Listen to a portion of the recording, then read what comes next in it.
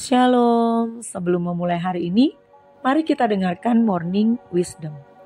Melanjutkan kisah kepemimpinan hakim-hakim di Israel. Setelah Deborah membawa keadilan dan kemenangan bagi bangsanya di Hakim-hakim 4 dan 5. Lalu Tuhan mengaruniakan keamanan bagi bangsa Israel 40 tahun lamanya. Di Hakim-hakim yang ke-6 dimulai, Israel mulai lagi melakukan apa yang jahat di mata Tuhan.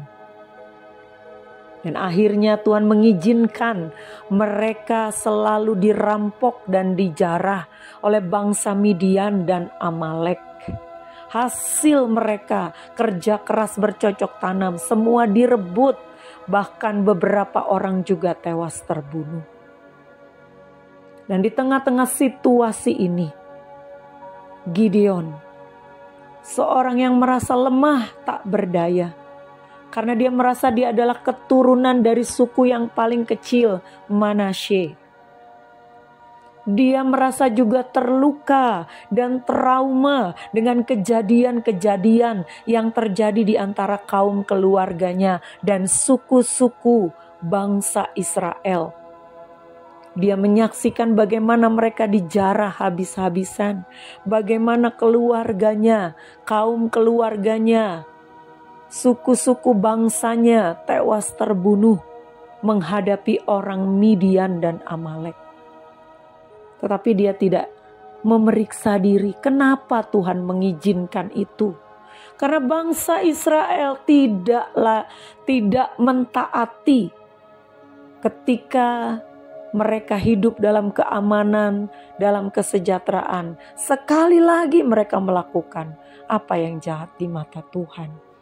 Itu sebabnya Gideon akhirnya merasa minder, merasa rendah diri, tidak percaya diri. Kemudian dia mengirik gandum ayahnya di tempat pemerasan anggur supaya tidak diketahui oleh orang Midian. Dia mengirik gandum tapi di tempat pemerasan anggur. Itu berarti dia bersembunyi. Banyak orang yang bersembunyi di balik kegagalan masa lalu, di balik trauma dan luka masa lalu. Dia membentengi dirinya dengan perasaan takut, dengan perasaan tidak percaya diri, minder. Tetapi dengarkan, Tuhan mau engkau keluar. Tuhan mau engkau bangkit. Hakim-hakim pasal ke-6 ayat 11. Kemudian datanglah malaikat Tuhan dan duduk di bawah pohon tarbantin di Ofra, kepunyaan Yoas, orang Abiezer itu, sedang Gideon anaknya mengirik gandum dalam tempat pemerasan anggur agar tersembunyi bagi orang Midian. Malaikat Tuhan menampakkan diri kepadanya dan berfirman kepadanya, demikian Tuhan menyertai engkau, ya pahlawan yang gagah berani. Tuhan ingin engkau keluar. Karena itulah dia mengalirkan kekuatannya dengan berkata, bangkit. Ayo, aku menyertai engkau. Engkau pahlawan, engkau gagah berani. Engkau bukan orang yang lemah. Engkau bukan orang yang terikat dengan trauma masa lalu.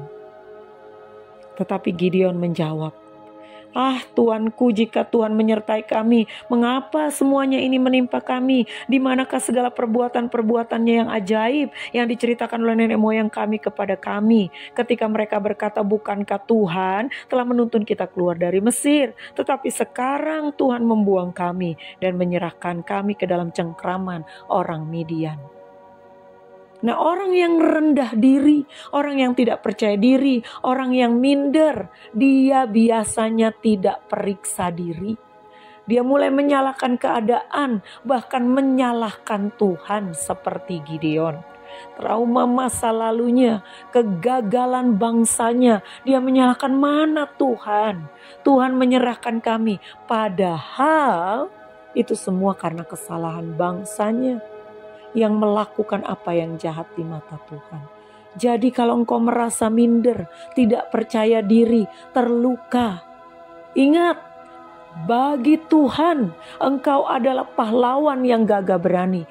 Tuhan menyertai engkau. Keluar dari rasa rendah dirimu. Keluar dari trauma kegagalan masa lalumu. Keluar dari lukamu. Periksa diri, jangan salahkan siapapun. Jangan salahkan Tuhan. Tapi periksa dirimu dan mulai memperbaiki diri. Benahi diri kita sesuai dengan kebenaran firman Tuhan. Tuhan itu tidak pernah meninggalkan kita, tapi kitalah yang sering meninggalkan Tuhan. Dari Gideon, dari kisah Gideon kita belajar bahwa ketika kita merasa lemah, minder, tidak percaya diri, Tuhan sanggup mengalirkan kekuatannya. Tuhan mengingatkan kita akan penyertaannya yang akan membuat kita diangkat dan diberkati, menjadi orang yang membawa kemenangan. Kita dianggap pahlawan di mata Tuhan. Orang yang pahlawan itu, di dalam Amsal dibilang orang yang sabar melebihi pahlawan. Orang yang dapat menguasai diri melebihi orang yang bisa menaklukkan satu kota. Artinya, mari kita mulai sabar. Kita mulai periksa diri, kita mulai melihat apa yang perlu kita perbaiki. Bangkit di dalam Tuhan. Tuhan itu selalu menyertai kita. Dia tidak pernah meninggalkan kita. Selamat pagi, Tuhan Yesus memberkati.